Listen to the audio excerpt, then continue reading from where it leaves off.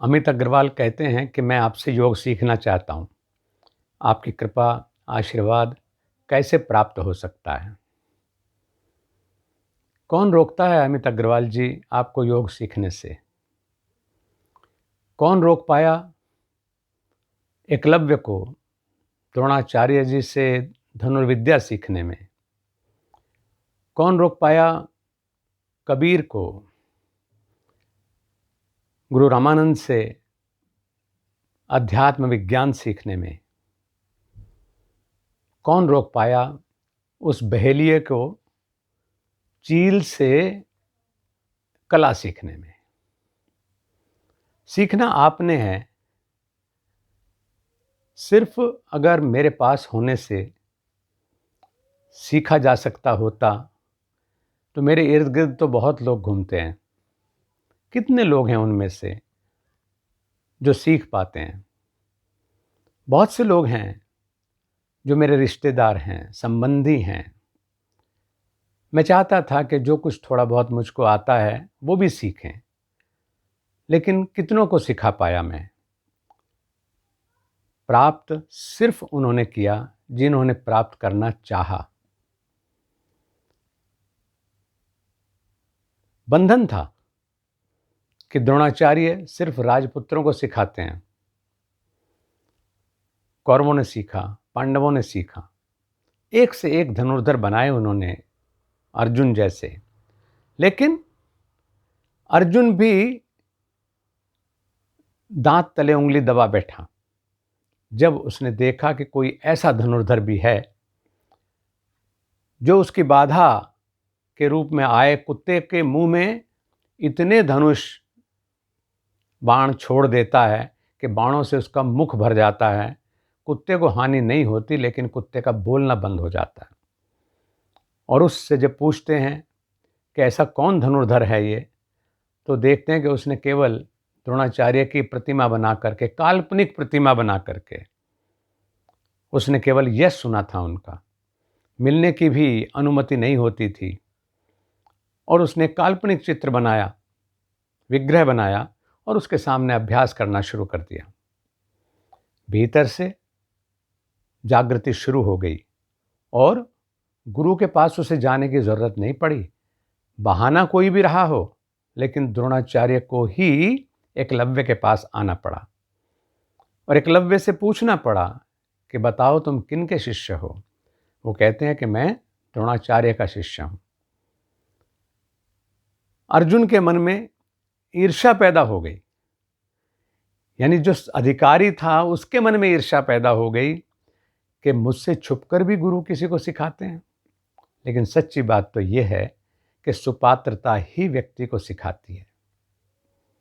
और रही आशीर्वाद की बात, तो आशीर्वाद भी मांगे से नहीं मिलते हैं, याचना में नहीं मिलता आशीर्वाद। और यदि ऐसा लगता भी है तो वो भ्रम है। आशीर्वाद बहुत मूल्यवान चीज होती है जो हम अर्जित कर सकते हैं। अर्जित करना ही होगा, उसे याचना में कभी प्राप्त नहीं किया जा सकता। आप देखते हैं कि कभी किसी साधक ने, कभी किसी शिष्य ने कुछ काम अच्छा कर दिया हो तो व्यक्ति सामने भी नहीं होता, फिर भी उसके लिए आशीर्वाद की भाव तरंगें फूट पड़ती हैं। तो इसलिए आपका जो सबसे बड़ा मार्गदर्शक है वो है आपका संकल्प। अगर आपका संकल्प है तो गुरु को, क्योंकि गुरु कोई व्यक्ति नहीं है, गुरु उस व्यक्ति के द्वारा दी जाने वाली शिक्षा है, गुरु तत्व है। अगर व्यक्ति ही मात्र तक सीमित हो जाता गुरु, तो हम आज के समय में महर्षि पतंजलि से, गोरक्षनाथ से, कबीर से, नानक से न सीख पाते हैं। आज भी हमारे लिए दयानंद, विवेकानंद, कबीर मूर्त रूप में हैं। हनुमान हमारे सामने मूर्त रूप में हैं और वो जो उनसे चाहते हैं उनको वो मिलते भी हैं और उनको वो मनचाहा स्तर तक विद्या का दान भी देते हैं। सूर्य से मांगने से प्रकाश मिला है क्या? गंगा से मांगने से जल मिला है क्या? फूल से मांगने से खुशबू मिली है क्या? नहीं, उनका स्वभाव है, वो तो देते ही जा रहे हैं। किसने प्राप्त कर लिया आगे बढ़ करके, वो सौभाग्यशाली है। शिक्षा किसी व्यक्ति को नहीं दी जाती है, शिक्षा मुक्त भाव से बढ़ती है।